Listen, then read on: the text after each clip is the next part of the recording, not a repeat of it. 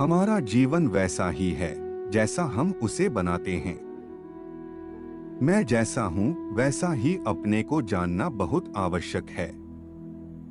समाज में कुछ लोग अहंकार की सटीक परिभाषा नहीं जानते, इसलिए आज हम आपके समक्ष यह प्रस्तुति लाए हैं। आध्यात्मिकता व धार्मिकता से जुड़ने के लिए चैनल को सब्सक्राइब अवश्य करें। विलंब न करते हुए आरंभ करते हैं।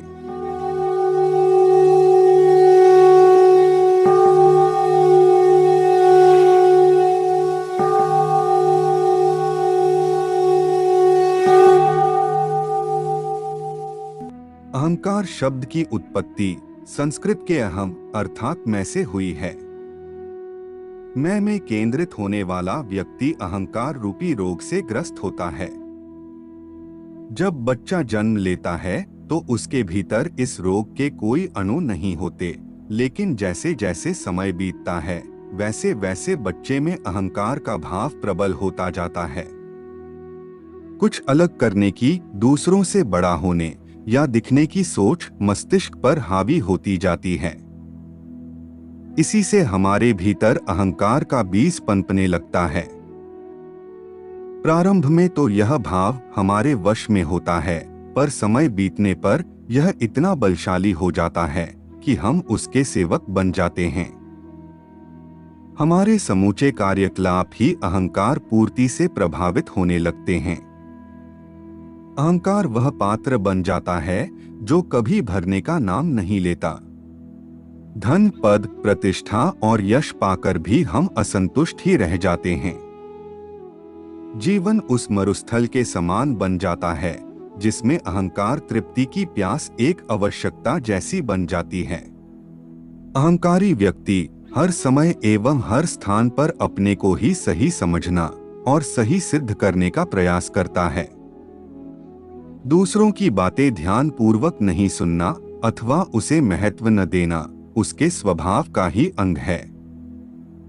अपने सभी निर्णय स्वयं न लेकर दूसरों को लेने देना, दूसरों के समक्ष अपनी लुभाने वाली अथवा उत्तेजित करने वाली छवि प्रस्तुत करना तथा अपनी वास्तविक छवि को मुखौटा लगाकर छुपाना। इसके अतिरिक्त सत्य एवं विश्वास से अधिक महत्व उपलब्धि को देना, अपनी कमियों और त्रुटियों के लिए दूसरों को दोष देना, अपनी असफलता के लिए स्वयं को जिम्मेदार न मानना तथा दूसरों पर शासन करना अथवा दूसरों को अपने पर शासन करने देना आदि लक्षण अहंकार के कारक हैं। इनसे छुटकारा पाना प्रत्येक मनुष्य का सर्वप्रथम कर्तव्य है। अहंकारी व्यक्ति अपने मद में चूर होकर निर्धारित लक्ष्य को प्राप्त नहीं कर सकता, चाहे उसमें महाकवि कालिदास ही क्यों न हो। ऐसे ही एक प्राचीन कथा भी है। कालांतर में एक बार महाकवि कालिदास के मन में यह घमंड पैदा हो गया कि वे सभी विद्वानों में श्रेष्ठ हैं।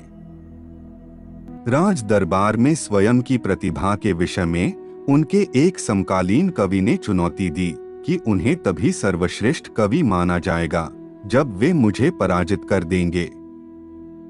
कई दिनों तक कालिदास गहन चिंतन में डूबे रहे। अंत में वे अपने प्रतिद्वंद्वी कवि को हराने पैदल ही चल पड़े। मार्ग में उन्हें जोरों की प्यास लगी। तभी उन्हें एक कुएं से पानी खींचती पनिहारिनें दिखीं। कालिदास ने उनसे पानी पिलाने का आग्रह किया। पनिहारिनों ने उनसे पूछा, आप कौन हैं? कालिदास ने उत्तर दिया, मैं बलवान हूं। पनिहारिनें बोली, अन्न और जल ही प्राणियों को शक्ति देते हैं, अतः वही असली बलवान हैं। तुम में कौन सा बल है? पनिहारिनों की बात सुनकर कालिदास निरुत्तर लौट आए। कुछ दिनों बाद दूसरे मार्ग से अपने गंतव्य की ओर चल पड़े। फिर उन्हें प्यास लगी। एक पनिहारिन द्वारा परिचय पूछने पर कालिदास बोले, मैं एक निर्बल आदमी हूं। पनिहारिन ने हंसकर कहा, तुम निर्बल कैसे हो? निर्बल तो गाय व स्त्री होती हैं। यहां से भी कालिदास मौन होकर पुनः लौट आए। तीसरी बार वे मार्ग भटक गए और जंगल में बनी एक झोपड़ी में जा पहुंचे।